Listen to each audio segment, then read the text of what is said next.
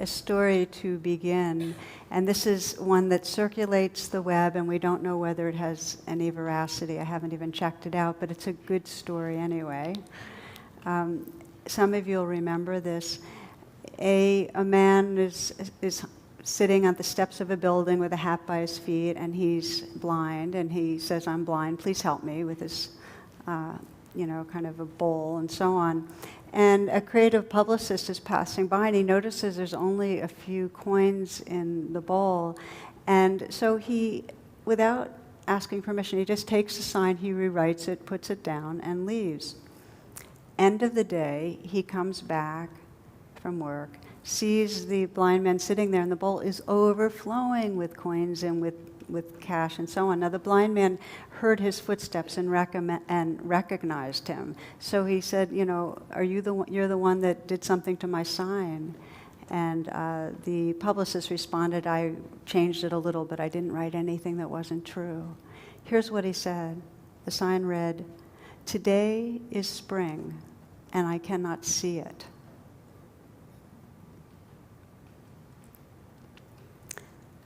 Now, as you can tell from the story, this has nothing to do with physical blindness. This has to do, and when we feel a pang in our hearts that can resonate, this has to do with moving through life, but not really being available, not being able to really see or feel or be touched by what's happening. This is when our senses are closed off, and in some way, we are caught up in reactivity.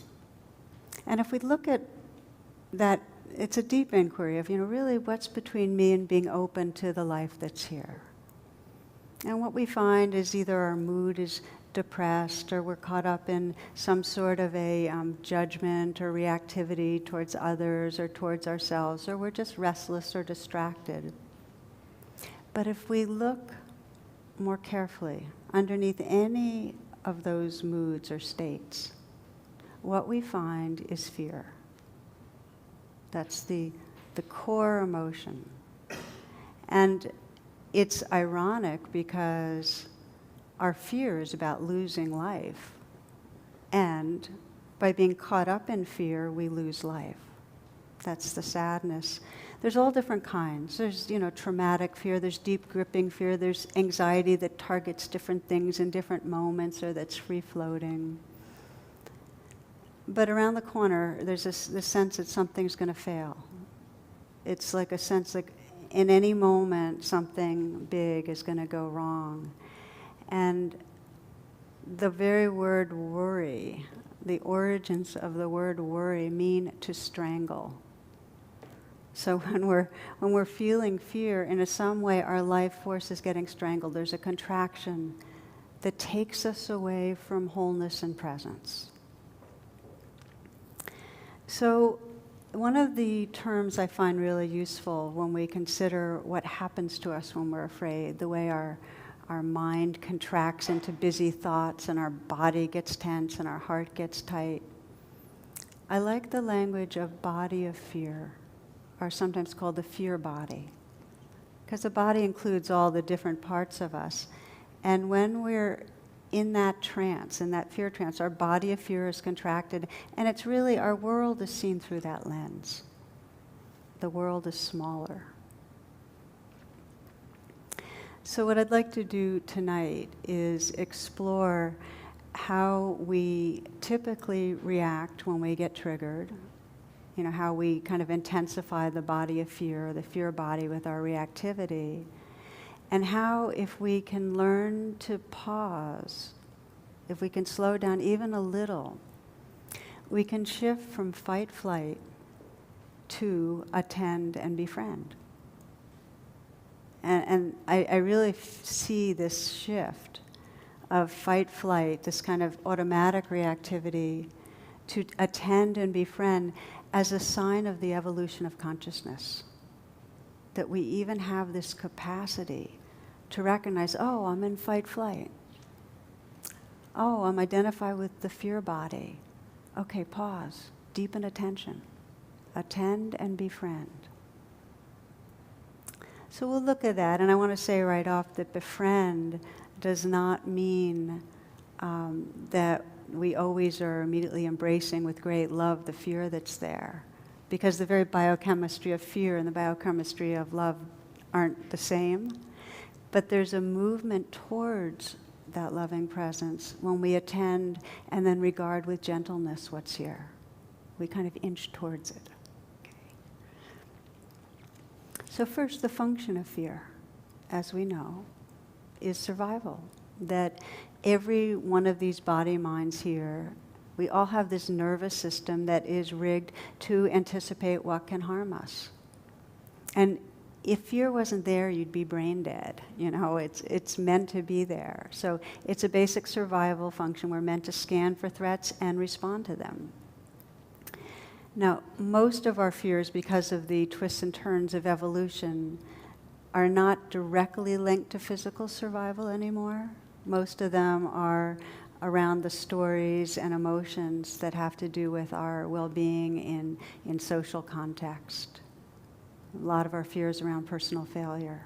You know, what's going to go wrong, how I'm not going to be prepared, how I'm going to fall short, how I'm going to be rejected, how I'm going to drop the ball on something and all hell is going to break loose. You know, it's just something's going to go wrong, and it usually has to do with me.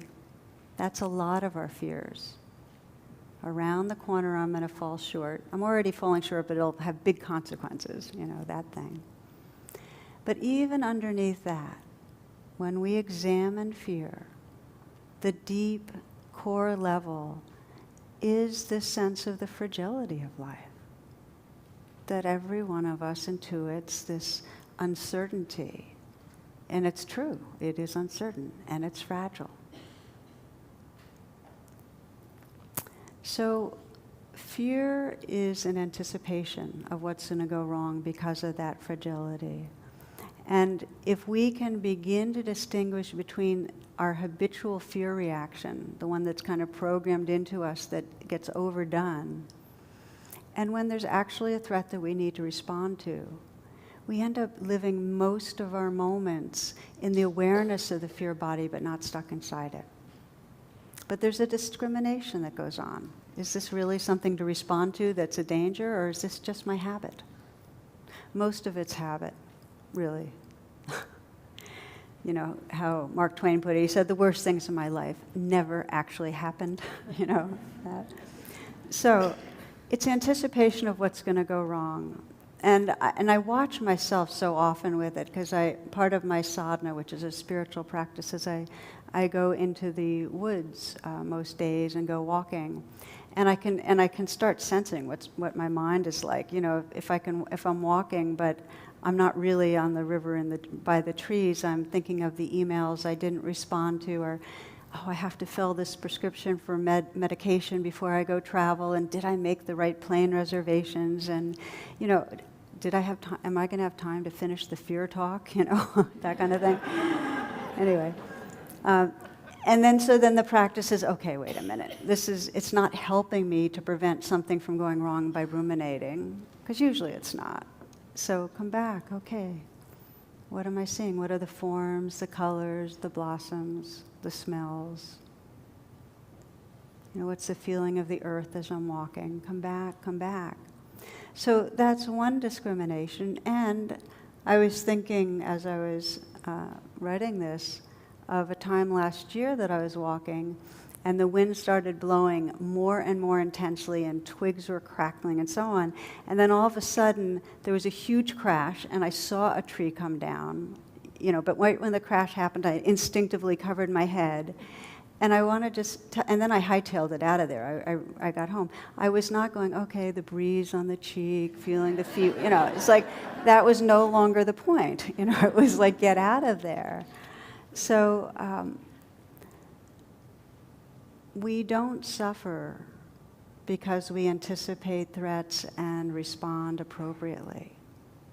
We suffer because our sympathetic nervous system is locked into a fight-flight reaction, and we're just continuously interpreting the world through that lens.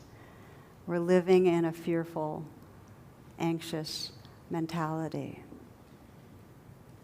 So this is the fear body, and it becomes our identity. And you can sense for yourself, how much of the time is there some sense of who I am as being hitched with the fear of what's going to go wrong, the insecurity socially, the reactivity to situations. How much of our self-sense is hitched to that? So then the inquiry becomes, well, what makes it so strong for so many of us? It gets definitely amplified by the culture we're in. I mean, you can't listen to the news and read the newspapers without being triggered. I mean, it's just the way, it's the slant of our culture. We've got a very fear-based culture. And then you can sense also it has to do with genetics, and our upbringing is one of the biggest factors. To the degree we had an insecure upbringing, not good attachments with, the healthy attachments with our parents.